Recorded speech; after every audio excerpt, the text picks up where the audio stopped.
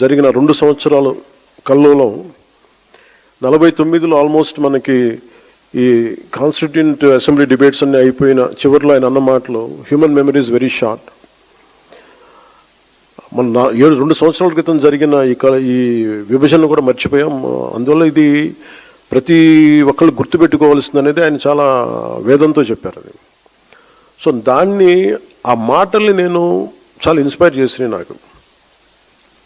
అంటే ఈ దేశ స్ఫూర్తిని కాపాడుకోవటం అనేది ఒక రోజుతో అయిపోయే పని కాదు. ప్రతి తరం కూడా దాన్ని ముందుకు తీసుకెళ్ళాలి. వారే దానికి మార్గదర్శకులు కావాలి. సమకాలీన రాజకీయాల్లో ఎవరైతే అధికారం కోసం ఆశపడి ఈ సూత్రాన్ని విస్మరిస్తారో వారు తమ స్వల్పకాలిక రాజకీయ ప్రయోజనాల కోసం ప్రజల మధ్య, ప్రాంతాల మధ్య విభజనను సృష్టించి దేశ సమగ్రతని ప్రమాదంలో పడేస్తున్నారు. అనేక మార్లు చెప్పాను, 2014లో కాంగ్రెస్ పార్టీ ఆంధ్రప్రదేశ్ రాష్ట్రాన్ని విభజించిన తీరు మీద మనం ఆవేదన వెలిబుచ్చాం తప్ప ఇక్కడ తెలంగాణ రాష్ట్ర విభజనని జనసేన ఏ రోజు కూడా దాన్ని అడ్డు చెప్పలేదు. ఇది 2009 నుంచి నేను రిపీటెడ్గా చెప్తున్నా, this is my commitment and also Janasena's commitment for betterment of Telangana, for the statehood of Telangana. కాకపోతే కాంగ్రెస్ పార్టీ విభజించిన తీరు మటుకు ఒక అసంతృప్తిని, ఒక అశాంతిని సృష్టించింది. ఈ రోజుకి ఆ వారసత్వపు సమస్యలు ఇలాగే ఉన్నాయి. ఆస్తుల పంపకాలు కావచ్చు.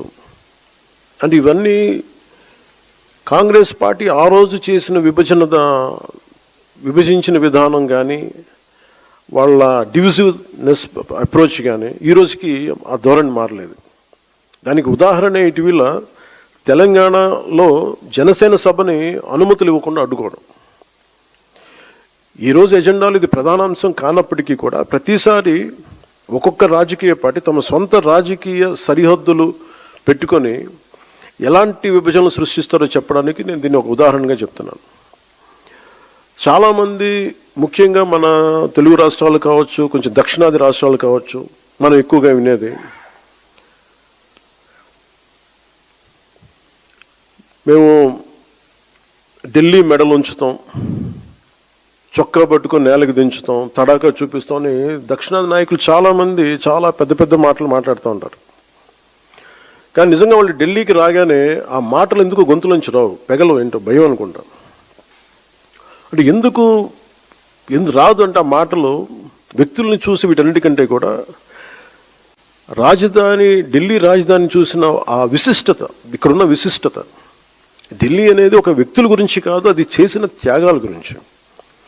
140 కోట్ల మంది ప్రజలను సురక్షితంగా ఉంచడానికి, పరిపాలించడానికి నిరంతరం పోరాడుతున్న ఎన్నో నిబద్ధత కలిగిన సంస్థలు, అది న్యాయ వ్యవస్థలు కావచ్చు, రాజకీయ వ్యవస్థలు కావచ్చు, అడ్మినిస్ట్రేటివ్ వ్యవస్థలు కావచ్చు, డిఫెన్స్ వ్యవస్థలు కావచ్చు, ఇవన్నీ దగ్గరుండి చూసినప్పుడు మనకు అలాంటి మాటలు పెగలవు. తమ ప్రాంతాల్లో